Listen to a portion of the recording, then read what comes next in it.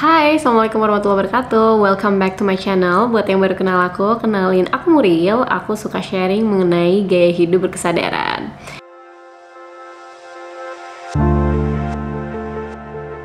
Nah, di video kali ini aku akan sharing mengenai ibadah goal di tahun 2025, khususnya mungkin untuk muslimah kali ya, buat kita para perempuan. Kemarin kan aku udah sempat ngebahas dari sisi self-love, minimalism, hal-hal yang menyangkut tentang resolusi 2025. Nah, sekarang aku akan membahas yang berhubungan dengan topik yang lebih dekat dengan spiritual dan berhubungan dengan agama, insya Allah membuat kita lebih dekat dengan Allah Azza wa Jalla. Tapi sebenarnya yang harus kita ingat bahwa ibadah itu bukan hanya ibadah ritual seperti sholat, puasa, zakat. Ibadah itu ada banyak macam bentuknya. Nah, di sini aku akan membahas berbagai macam hal yang bisa kita masukkan ke dalam kegiatan kita sehari-hari yang sebenarnya nggak terlalu banyak effortnya kalau kita udah set pola pikir atau mindset kita ke arah sana. Dan mudah-mudahan aku juga sekalian mendoakan kalian, dan kalian tolong doain aku juga supaya resolusi ini bisa terus berjalan dan kita secara continuous bisa menjadi muslimah yang terus lebih baik. Dan satu hal juga yang aku pengen ingetin sama kalian sebelum aku masuk ke poin-poinnya, itu adalah bahwa spiritual itu awal dari segalanya sebetulnya. Saat kita berusaha untuk mengenal Allah, disitulah kita juga akan mengenal diri sendiri. Tapi begitu juga sebaliknya, saat kita berusaha berkenalan dengan diri sendiri, disitulah kita sebenarnya juga terkoneksi oleh pencipta kita. Dan hidup mau sesempurna apapun atau kayak gimana pun, tanpa sisi spiritual yang diperbaiki, maka hidup itu akan terasa hampa atau terasa ada yang hilang, karena memang itu adalah fitrah kita, manusia yang diciptakan oleh Allah untuk beribadah. Ini tuh bisa dibilang adalah goal ibadah untuk kita para wanita yang pasti punya kesibukannya gitu, entah itu sebagai seorang ibu atau sebagai wanita bekerja dan banyak hal lain lah. Pasti ada kita tuh selalu sibuk gitu. Tapi gimana caranya kita sibuk nih bisa menjadi ibadah, atau ibadah yang kita lakukan di sela-sela kesibukan kita ini bisa mendapatkan esensi yang sebesar mungkin. Inilah yang akan dibahas di poin-poin nanti. Oke, kita masuk ke poin yang pertama adalah berzikir saat kita mengerjakan hal-hal yang mundane. Yang mundane itu maksudnya adalah hal-hal yang sering kita lakukan sehari-harinya dan kita tidak terlalu menggunakan otak untuk berpikir dan aktif melakukan sesuatu gitu. Contohnya saat aku menyetir, karena aku sering jadi supir di keluarga kami, nganterin anak-anak sekolah atau ngedrop damar ke kantor gitu. Jadi di perjalanan, instead of mendengarkan radio atau lagu-lagu, aku gunakan waktu untuk berzikir. Nah, mungkin di awal perlu agak fokus ya untuk melakukan zikir ini, tapi setelah itu bisa juga dilakukan berzikir sambil mendengarkan kajian yang ada di podcast atau Spotify. Nanti aku tulis di bawah kajian favoritku itu apa. Nah, selain nyetir, kita bisa juga berzikir saat kosong sih sebenarnya. Saat kita lagi cuci piring, atau saat kita lagi nyapu, atau ya keadaan yang biasanya tuh kita gunakan waktu tersebut untuk overthinking sesuatu yang nggak perlu gitu. Nah, yang kedua yang ada hubungannya dengan itu adalah kita kita mengubah overthinking kita itu menjadi doa. Contohnya kayak gimana? Contohnya adalah saat kita kepikiran tentang ibu kita. Misalnya, ibuku karena ibuku jauh, nggak tinggal di satu kota, kadang kepikiran, mama mikir apa ya? Atau kadang-kadang ada tanda-tanda yang kita tuh translate ke sesuatu yang sebenarnya belum tentu juga terjadi. Atau bisa juga kita cemas akan masa depan. Waktu-waktu tersebut, saat kita memikirkan hal tersebut, kita gunakan, kita put berputar menjadi doa. Misalnya kalau cemas dengan ibu, ya Allah berikanlah ibu kesehatan, keselamatan, kebahagiaan dimanapun dia berada. Atau kalau kita cemas dengan masa depan kita, apakah nanti misalnya dapet jodoh atau punya anak atau kayak gimana, hal-hal kayak gitu tuh kadang-kadang bisa jadi pikiran kita ya. Padahal belum tentu juga apa yang kita pikirkan itu terjadi.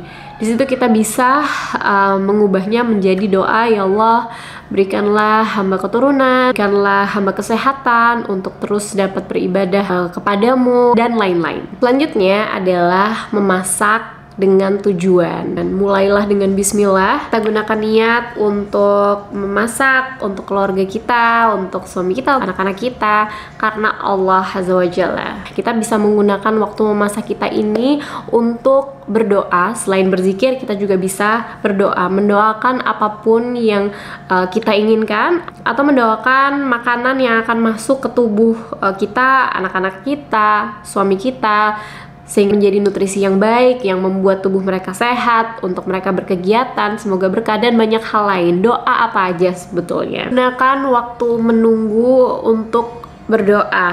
Lagi-lagi di masa-masa kayak gini, saat kita menunggu, daripada kita melakukan hal-hal yang nggak jelas, nggak tahu mau ngapain, bosen juga, doa dan zikir.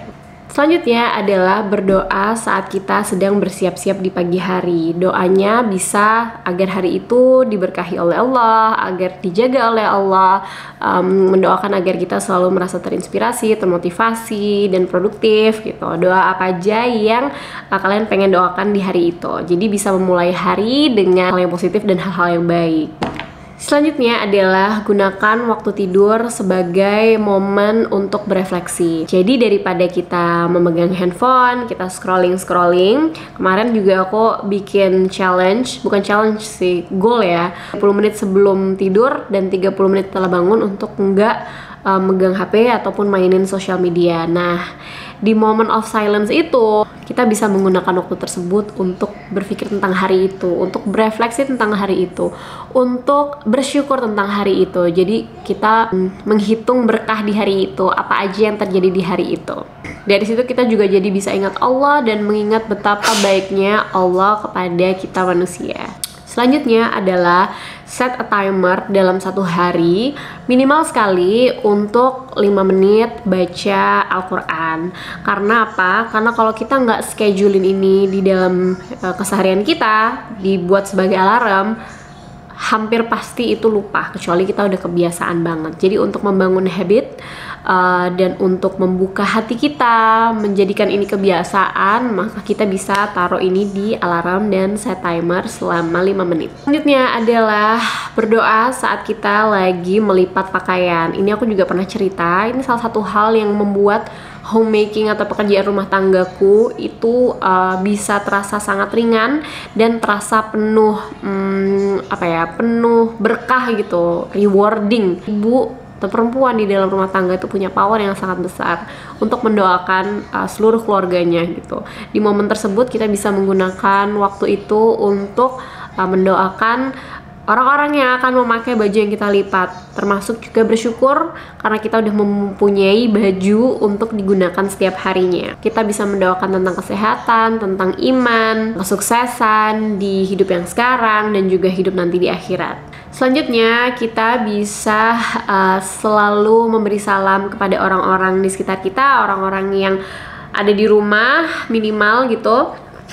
Kita selalu memberi salam, say assalamualaikum, jadikan itu sebagai habit, dan supaya anak-anak juga mencontoh bahwa memberi salam itu adalah suatu hal yang baik dan suatu hal yang normal. Selanjutnya adalah membuat dedikasi tempat yang didedikasikan untuk sholat. Gak harus musola, gak harus sesuatu yang besar, tapi mungkin sebuah pojokan yang kita gunakan untuk sholat. Jadi saat sholat itu ya di situ gitu. Itu kita menyimpan barang-barang yang kita gunakan untuk sholat seperti sajadah, Al-Quran, terus sarung atau peci atau mukena gitu ya. Jadi memudahkan kita untuk mengambil semuanya di suatu tempat saat kita mau beribadah.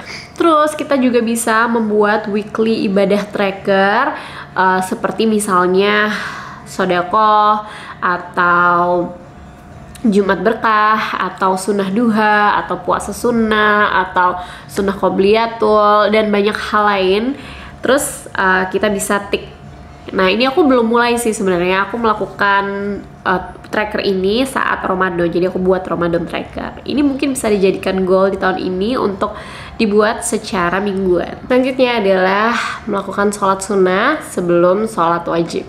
Walaupun hanya 2 rakaat, nggak apa-apa, tapi mulai untuk meletakkan ini sebagai habit sebelum atau sesudah sholat wajib. Selanjutnya adalah sedekah.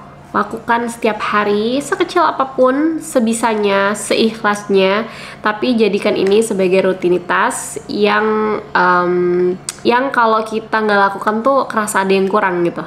Selanjutnya adalah belajar arti dari bacaan sholat dan juga gerakan sholat supaya kita bisa lebih fokus, bisa lebih berarti juga apa yang kita lakukan, dan jauh dari hanya gerakan-gerakan dan bacaan yang kita nggak tahu itu sebetulnya apa. Nah, kalau aku sebelum sholat itu aku ada waktu jeda sebentar, jadi nggak wudhu langsung sholat, tapi ada waktu jeda sebentar, mungkin minimal sekitar 1 menitan gitu ya, untuk memfokuskan pikiran ke satu titik sehingga ada prosesnya untuk bisa betul-betul khusyuk. Selanjutnya adalah gunakan sosial media dengan tujuan. Lagi-lagi sebenarnya ini tentang niat dan tujuan. Gunakan sosial media untuk kita sharing hal-hal yang bermanfaat, untuk mengkonsumsi juga hal-hal yang bermanfaat, misalnya konten-konten yang berhubungan dengan Islam yang bisa menambah keimanan kita gitu. Jadi apa yang kita konsumsi itu pasti kan apa yang akan muncul ya di algoritma kita. Jadi selalu kelilingi kalian dengan hal-hal yang bermanfaat, dan jangan lupa untuk share juga hal-hal yang bermanfaat tersebut. Kira-kira itu, mudah-mudahan ini bisa menginspirasi, menjadikan kalian, kita semua sih, muslimah yang lebih baik terus, dan mudah-mudahan kalian semua dimudahkan. Thank you so much buat yang udah nonton. I will see you next time. Bye. Assalamualaikum.